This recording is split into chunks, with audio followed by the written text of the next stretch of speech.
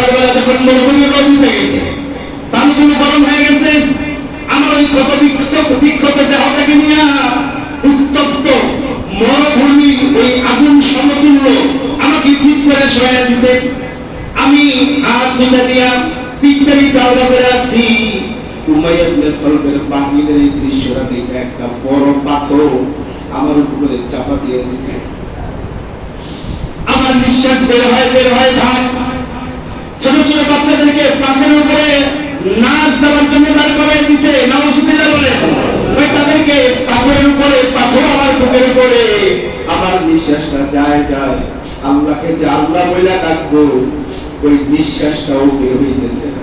Umayya ইবনে খালদ তাকায় দেখতেছে বিলালের ঠোঁট দিয়া কি যে নড়ে। উমাইয়া ইবনে খালদ ভাবছে মনে হয় এবার বিলাল ঈমান ছেড়ে দিবে, ওর মনে হয় ধৈর্যের প্রাপ্ত হয়ে গেছে। ওই মাটির সাথে মরুভূমির সাথে কান লাগাইয়া উমাইয়া ইবনে খালদ ওই কাফের বেঈমানটাই শুনতেছে।